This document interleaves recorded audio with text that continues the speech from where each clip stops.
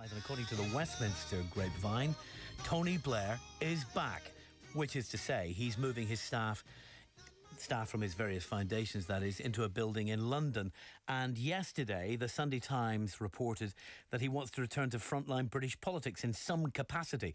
They say sources apparently close to the former Prime Minister say he is dismayed at the state of British politics and that he regards Theresa May as a lightweight and Jeremy Corbyn as a nutter. Mr. Blair has denied saying either of those two things, but his supporters think that the government would be foolish not to use his skills and his expertise as a negotiator to help the United Kingdom plan its future through and beyond Brexit. Do you agree? Remember, Tony Blair negotiated here with the Good Friday Agreement. He's been involved in global politics for many years, Prime Minister for a decade. He knows Europe more than most people. Do you think Tony Blair could be trusted to have a major role in British politics again? And if so, what kind of role do you think he should play? We're joined by Phil Kelly, Northern Ireland Labour Party Executive Committee member, and John Rentoul, Chief Political Commentator for The Independent and the author of Tony Blair, Prime Minister. Welcome, John. Hello there. And welcome, Phil. Good afternoon. Welcome to both of you. Good afternoon. Let's just say, John, because we don't know what's in the mind of Tony Blair at this point, but let's just say he thinks he could have a role to play. What do you think will be the best fit for him in terms of British politics right now? Well, I think he plainly is a good negotiator and would be supremely well qualified to assist with our negotiations on the terms of Brexit. There are two huge problems with that. One is he doesn't believe in Brexit. He actually wants to try to reverse the results of the referendum. Wants to have a second referendum, yeah? Well, yes. I mean, I'm sure he does. I mean, the way he puts it is that we must keep all our options open. But I mean, that has rightly been reported as wanting a second referendum.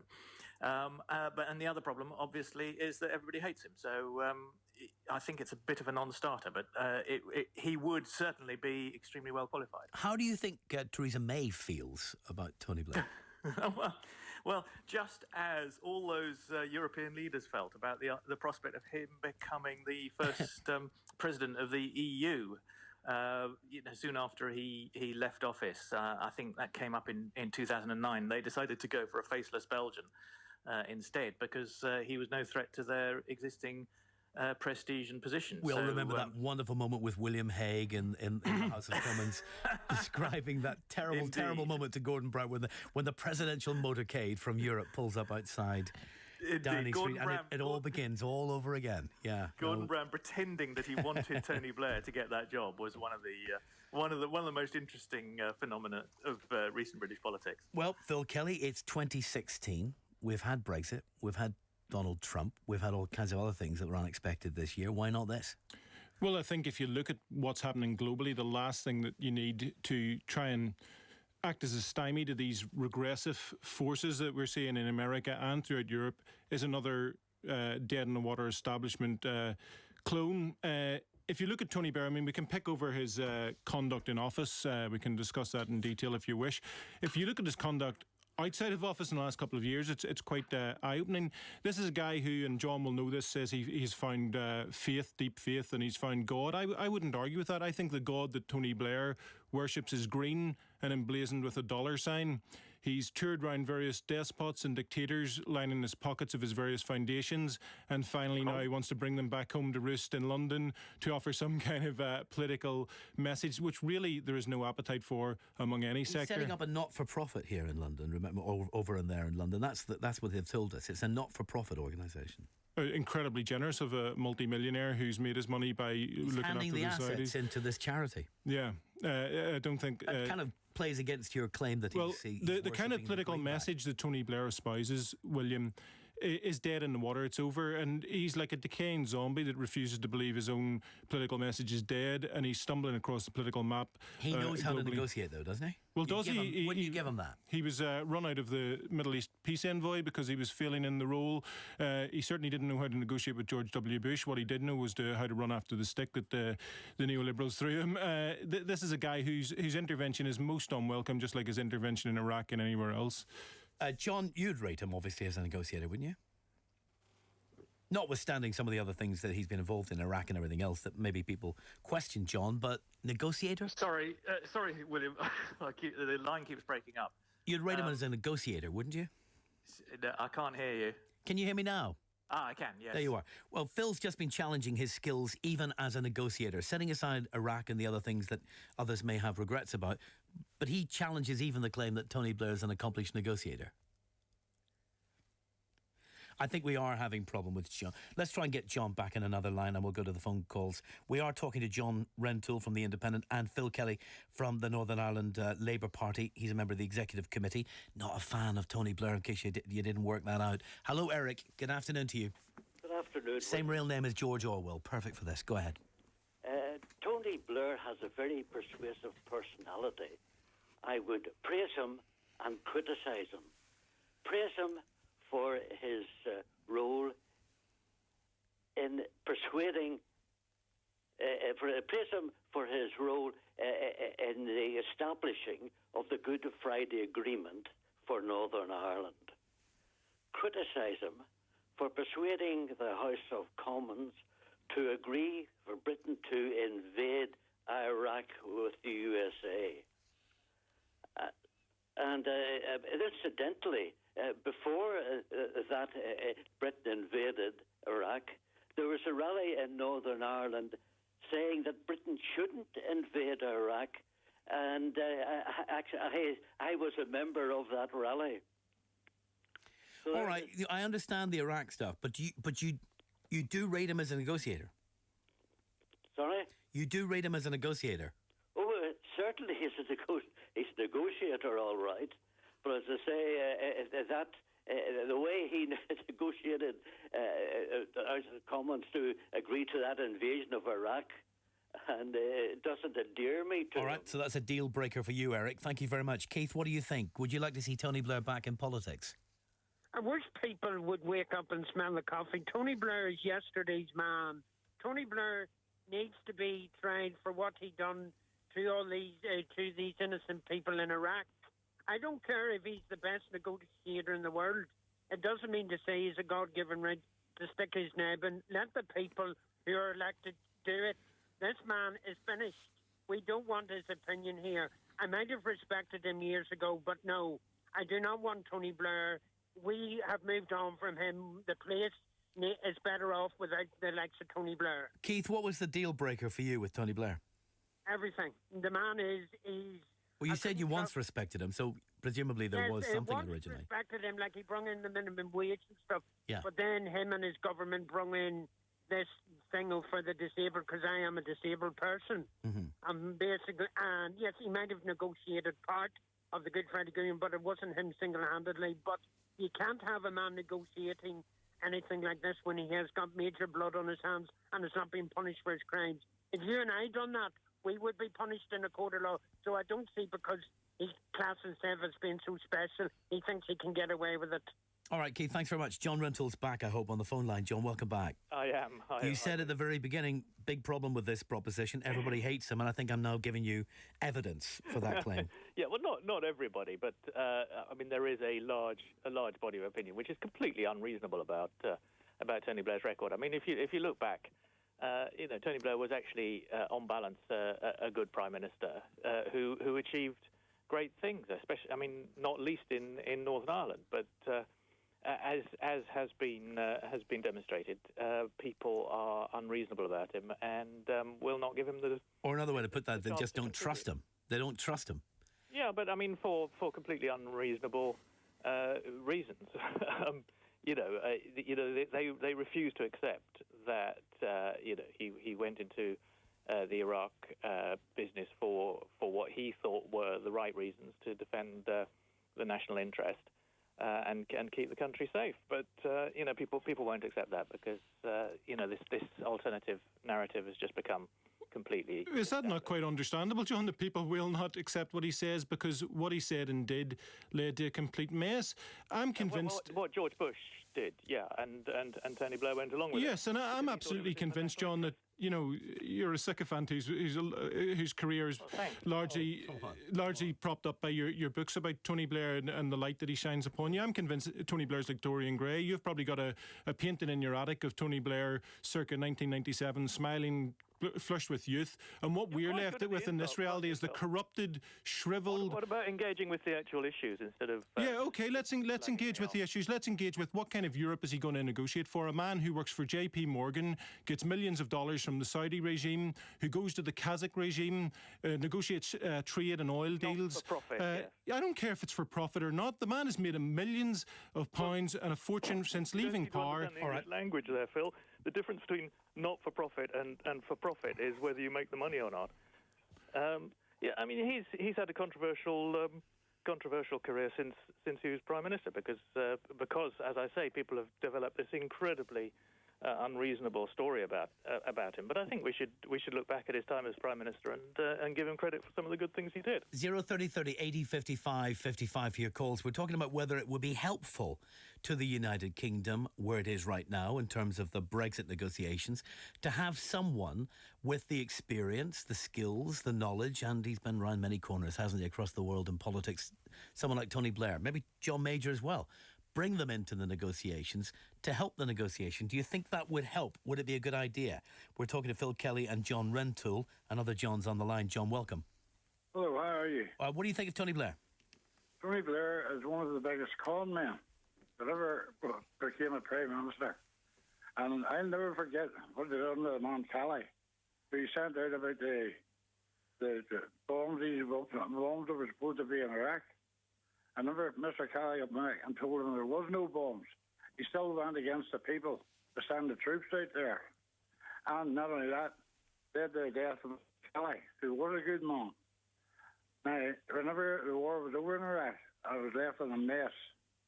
And now, after that, he goes and he negotiates for the Arabs and gets millions of dollars a week for doing that. And now they're finished with him. He's coming back here to get his finger in the pie, which is absolutely terrible. If anybody ever put that on the government again, they should have put out a government. John, thank you very much. John's not impressed by Tony Blair. There is this perception, John Rentoul, that he's a brand builder, isn't there? That he's avaricious, that he's out for himself. Yeah. And you're hearing it one after another. You're hearing that perception. Yes. Well, I mean, there's nothing one can do about that. I mean, the problem is people have a very low opinion of politicians in this country. Partly because of Tony Blair, I suppose. No, I don't think so. I think he's everything he's done has been perfectly above board. But people don't like people making money in this country, especially former politicians, because they start off with a sort of lack of respect. So I think it's I think he's been traduced unfairly, but I do accept that makes it very difficult for him to have any constructive role in British politics. And even if he has the experience and the skills that might be helpful. That's right, and actually, most of the Labour Party, although they elected Jeremy Corbyn primarily out of spite against Tony Blair, because most of the Labour Party has been flooded with left-wing Blair haters.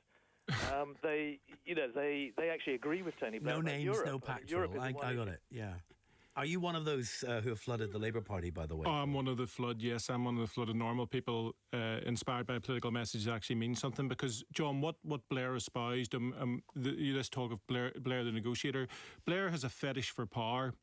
Blair, the sycophant. That's a good start. Yeah. He jumped into bed with Rupert Murdoch. In fact, he may have done more of that if Wendy Deng is to be believed.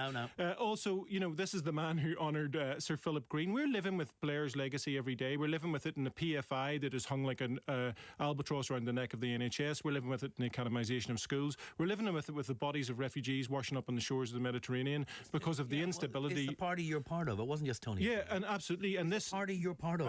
And people within this party are demanding a future beyond Blair. We don't want that toxic legacy holding Labour back. And so people like John Rentoul... Even if you disagree with him on those fundamental issues, though, you must accept he knows a lot of people. he's got a lot of experience, and that's what we need right now. Yeah, I'm not sure the Europe that people are looking for is to be negotiated on the decks of the Rothschilds yacht, or, you know, in this kind of the area. I think what people across Europe are looking for is a Europe that actually puts people first and starts to curtail corporations and the 1%, that elite. And this idea that Sarkozy or Tony Blair or that old crumbling edifice of a politics that is no longer relevant can deliver the future is, to use Tony Blair's words, it's nuts. Here's William. Hello, William. Hello, William. William, good luck with this one. Over to you. I must be getting old. I'm amazed when people come on. I'm totally amazed what I'm listening to. Tony Blair, a negotiator, great. But you can't be great when you have no credibility. That's when he had credibility. That's when he was... Things can only get better. Young Prime Minister, going 1997, wonderful. Going the world at his feet. That's all gone. The man hasn't any credibility left at all. Weapons of mass destruction plus. Wake up, please, everybody. Stop it all. Stop it, please. Thanks a lot, William. John Rentoul, does he have credibility in the councils and the chancelleries of Europe, though? That's the key question, isn't it? No, I'm afraid not. I was trying my best for you there, fella. Well, no, but I mean, I've got to be realistic. I mean, I think people are completely unfair about him and have absolutely no historical memory of, you know, of all the things that he achieved in 10 years. People here didn't even want to talk about the Good Friday Agreement with Tony Blair. We now get lots of people saying, yeah, but it happened without him. What happened without him? Well, I mean, yeah. I mean, I'm surprised by people in Northern Ireland who seem to think that the Good Friday Agreement was a terrible sellout and has led to absolute disaster. Oh no, I'm not quoting people saying that. Oh, I see. I'm quoting people who are saying to us the Good Friday Agreement was a great success. They're saying, but it would have happened without Tony Blair. Oh, I see. He wasn't the linchpin. He wasn't rather the key. difficult argument to sustain. I would say. I mean, I would say that was a settlement that had eluded all Tony Blair's predecessors back to Gladstone's time.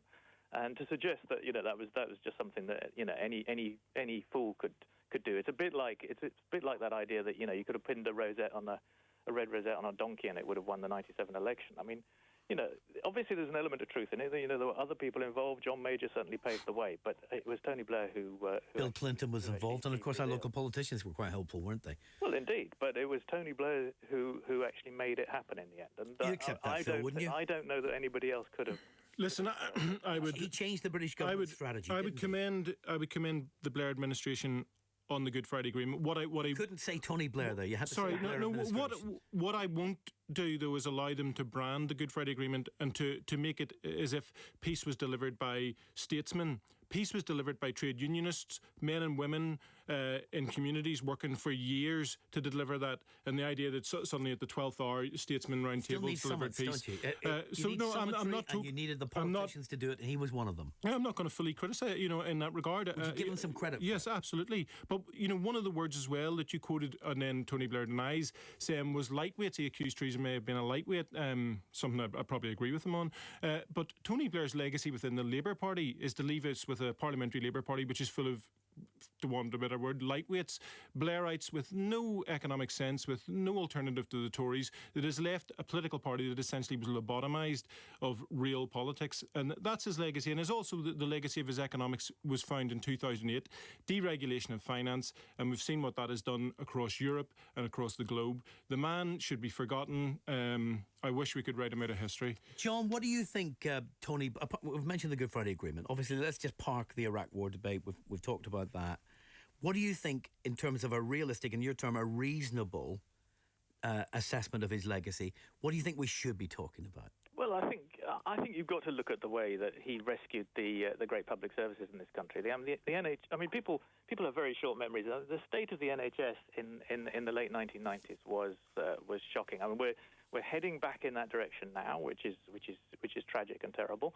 And schools and universities were chronically underfunded, poorly managed, and badly run. And he transformed that. I mean, he actually made a huge difference to the country in 10 years, and delivered a sort of moderate social democracy that people like Phil think was equivalent to the Nazi jackboot. John, who is the head of NHS England at this time, appointed by David Cameron? Do you know? Well, so Simon Stevens. Simon Stevens was a health advisor to Tony Blair in the early noughties, yeah. And your problem with that is... And then he went off to America and worked for private health companies and wrote papers on privatisation of health service. Oh, and that's why the health service is in trouble now, is it? Because Simon Stevens used to work... Well, I think it shows that there's a thread, not only economically, that runs between the Tory party, but also policy-wise between the Tory party and the kind of Blair-inspired Labour politics. That's what people are rejecting, John. You need to wake up to it. It's not 1997 anymore. I've got two final calls on this. We'll go to Sean in a moment. Let's go to Mary first. Hello, Mary. Hello, good afternoon. Good afternoon, Mary. My point about, irrespective of the rights and merits or otherwise of Tony Blair, it doesn't matter what field of employment you're in. Nobody wants the ghosts of the past to come back and haunt them in the present. That's it. All right. Thank you very much. Thank you very much. Sean. Hello, Sean. There's three words here. There could, would and should. Now, could Tony Blair negotiate for us? He probably could. Would he? I don't know. Wouldn't be too sure. He might have too much money and not enough time. And the other one is, should he? And definitely not. Why not? Your previous caller just said it there, goes to the past. No one's suggesting, I think, that he would be the chief negotiator. The suggestion is, could he be involved in a role that would be helpful to the negotiation? At a stage, he probably could. But I would suggest we send Martin and Arlene for very simple reasons. One's in, one's out. They'd confuse the other negotiators. They'd probably be told, look, whatever you want, take it. Just go. Arlene Foster and Martin McGuinness negotiating Brexit for us. It's an idea, isn't it? It is. It's an idea. It comes after a few pints, I would say, that one. But thank you very much to Sean. Thank you to John Rentoul from The Independent, author of Tony Blair Prime Minister, and Phil Kelly from the Northern Ireland Labour Party Executive Committee. He's on form today, isn't he? He always is.